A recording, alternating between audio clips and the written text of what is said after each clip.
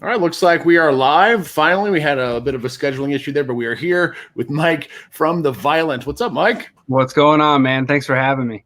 Hey, no problem. Here for another at Home X Clusive. If you're just joining us now live on Facebook, thank you very much. If you're joining us after the fact on thexrockford.com or on our Facebook page, thanks for joining us anyway. If you have comments, questions for Mike, you can go ahead and post them in the comments right now. So it's great to have you on our platform here in this kind of new technology.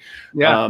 I understand when we first started playing Fly on the Wall on 104.9 The X, we were told we were given very specific instructions not to say what band The Violent used to be. Now, I understand the cat's out of the bag, and we all now know that you guys used to be Radiohead. That's right, Radiohead, right?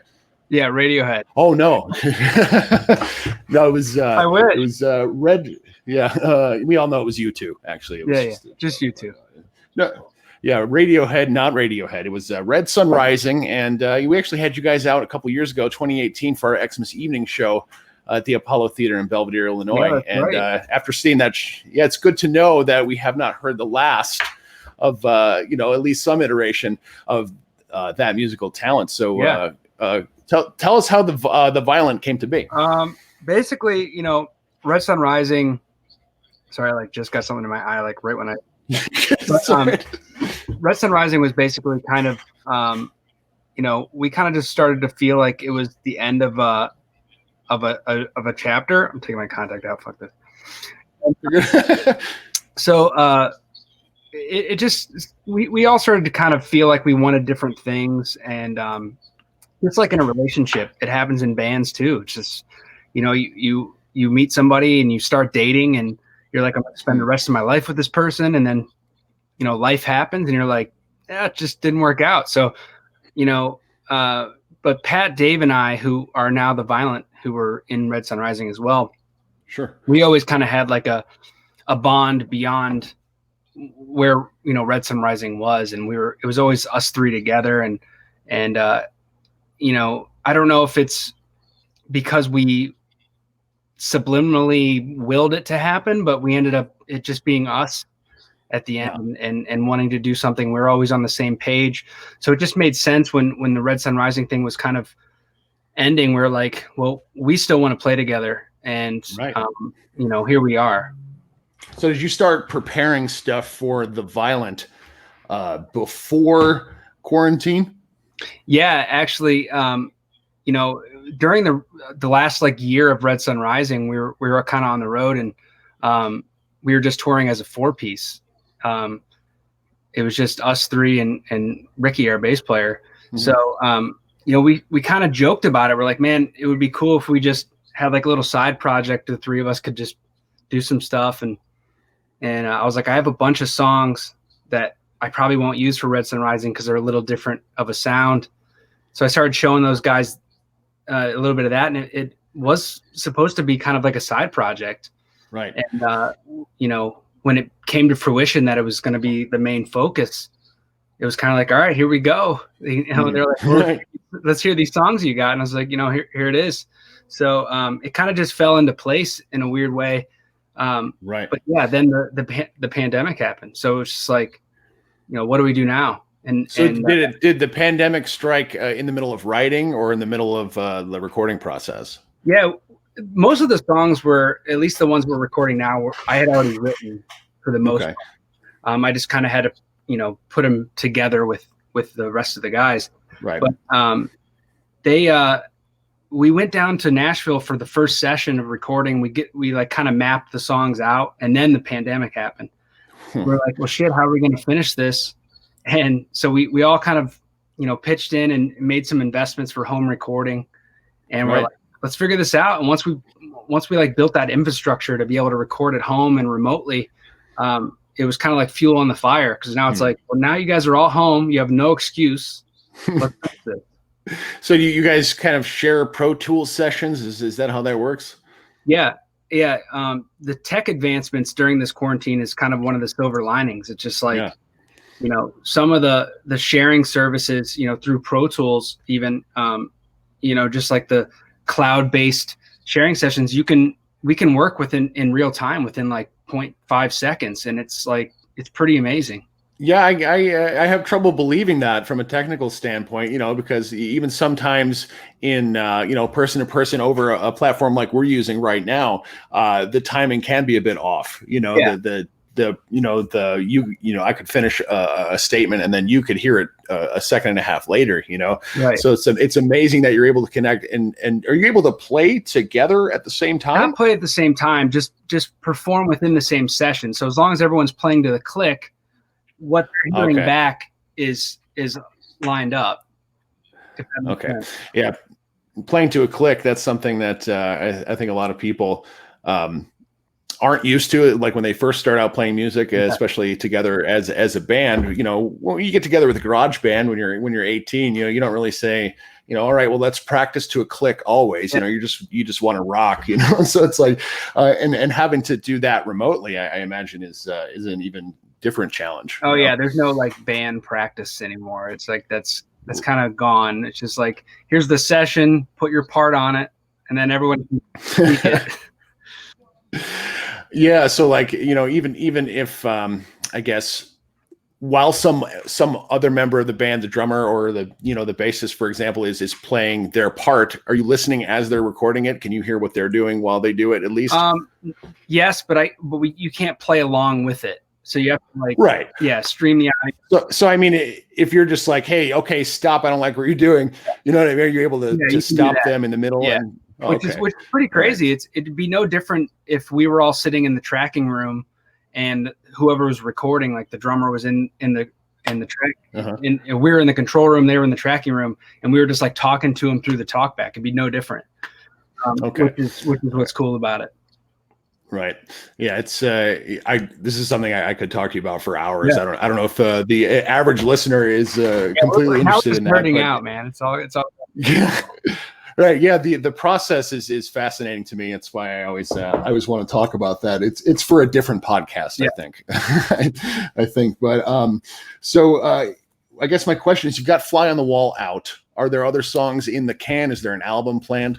No album. We're kind of just focusing on song to song, and we're gonna just try to release as much music as we can, and that's what's been kind of liberating about it. It's we're not focusing on it as an album. It's like, here's the next song. Let's focus on that. Let's do that.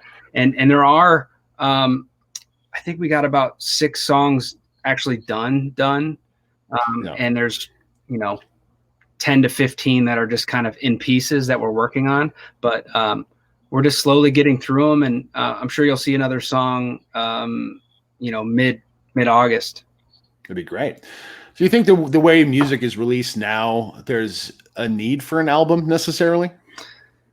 Being someone that grew up on rock music, I'm always going to be an advocate for an album. Sure. So even if we do the single based and just release songs, I think at the end we'll probably like, okay, we've released 10 songs. Let's, package them all together and add a couple and now call it an album. I think we'll still do that just because that's kind of the nature of, the way we grew up. And I think a lot of the fans of more rock music, I think they enjoy that. Yeah, it's such a different world now. So many people are able to create and get their music heard. There's kids in their bedroom right now with computers and electronics making music that will one day be astonishingly huge. Right. So, I mean, it's such a different world now, man, just technically, and the talent that's out there is getting heard more often, so it's like, you got to figure out how to stand out in that world. Yeah, it certainly levels the playing field. Like, it used to be that if you got on radio or you got on a TV show, you were the biggest band in the world. But now it's like people have so many different ways of consuming music. It's just kind of, which is good and bad. It's like, I guess it's the best part about it is there's more of the pie to share. It's like you can create your niche and not have to worry about anything mainstream.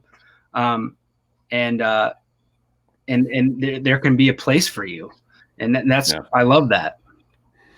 So do you ever feel like you might want to kind of branch out and experiment and try something else on your own in private? Maybe Mike Prodich, the SoundCloud rapper, comes out tomorrow. It's like it's funny because I have like a box or like a Dropbox folder that's just littered with songs, and some of them are in just like I don't even know what genre they would be, and I have no clue what I'm going to do with them. Like some of them are even country songs. I'm just like for fun, and I'm just like, that's actually kind of good. I don't know what I'm going to do with it because I don't want to perform it, but you could sell it, right? Yeah, you could. Yeah, you could. I just finds the right guy. I mean, I don't know if right now the live song showcase thing is even a thing anymore. Yeah, I don't think you go out and play the songs you wrote. You don't want to, sing them yourself, but you sing them for people who buy songs. That's not even a thing anymore, is it? Yeah, I mean, they do have like songwriters in the round, like in Nashville. That's still a big thing, but that's very specific to Nashville. It's like something they're kind of holding on to, which is cool. Yeah, I mean, rock bands are playing their own songs 99% of the time. So there's not a lot of rock bands who go out to buy, to buy songs. Country, they, a lot of songwriters in country who aren't performers, and the reverse. So it's kind of a different market for that. Absolutely. But that's cool, man. I actually look forward to seeing what you do with those songs. Yeah, me too. I have no idea. Yeah, I mean, if they're there and they're yours, you got them for yourself, and that's whatever song you wrote at whatever time is a form of therapy for anybody. For sure. If you're a songwriter, and I think you'll see a lot of stuff, different things with even the violent. Like these first couple are very, very much like heavier rock songs, I guess, but it's already a lot more rhythmic than what Red Sun Rising was. And you'll see some different influences and different sounds that we haven't used before, which is cool.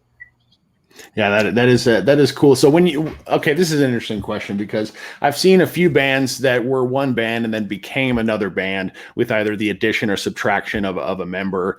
Immediately comes to mind is Alter Bridge when they went from being Creed to Alter Bridge. I think there might have been some pressure, maybe some label pressure at first for them to sound somewhat like Creed and then kind of venture into their own thing. Do you feel any pressure to sound like Red Sun Rising musically? No, because the label that we're on is our own label that we started. So that's great. It's completely independent. And we're just kind of, of course there's some people that need the dots connected, like, oh, those are those guys.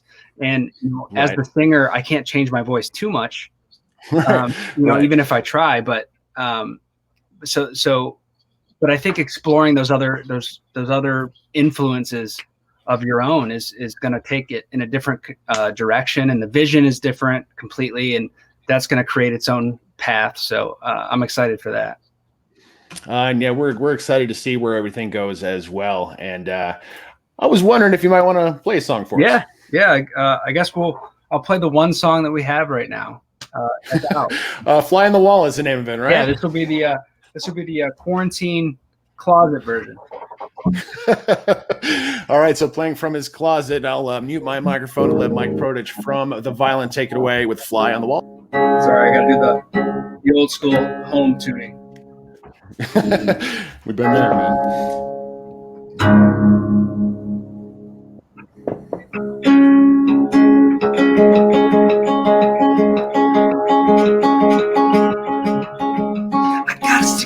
Take a look inside it with me. Got a secret, gotta tell someone, come share it with me. Can't keep it all locked up inside of me. Like, see the secret through my teeth is coming to me. Burn it up about it, come and step inside it with me. Got a secret and I gotta fucking tell somebody. Burn it up about the way it makes me feel.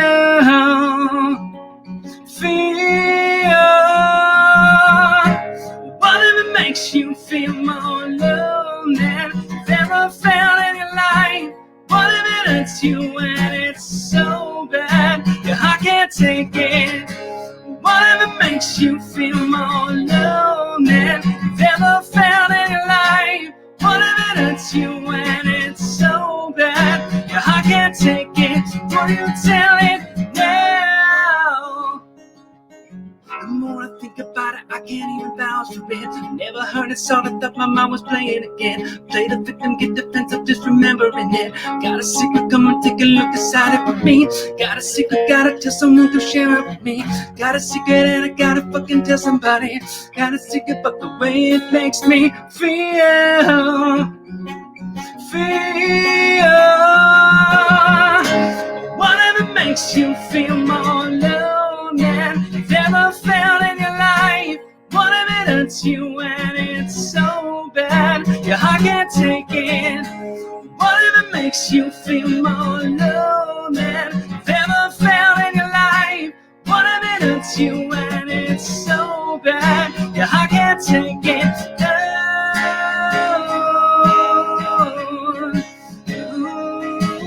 Oh, how is this make you feeling?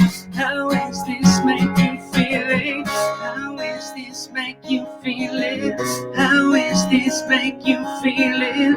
How is this make you feeling? How is this make you feeling?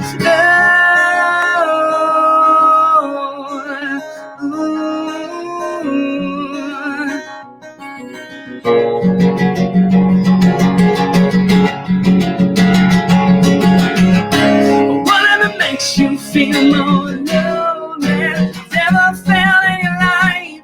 Whatever hurts you when it's so bad your heart can't take it. Whatever makes you feel more alone than you've ever felt in your life. Whatever hurts you when it's so bad your heart can't take it.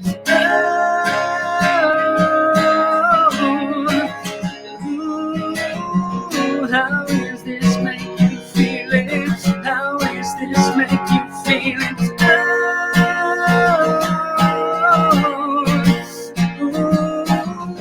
How is this make you feeling?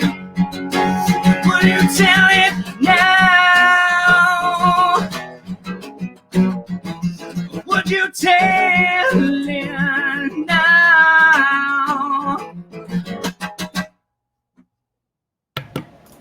And there you go. That is Mike Prodich of The Violent playing Fly on the Wall live acoustic. How many of these acoustic over the internet performances have you done since this whole thing started? I think this is like easily the 10th one.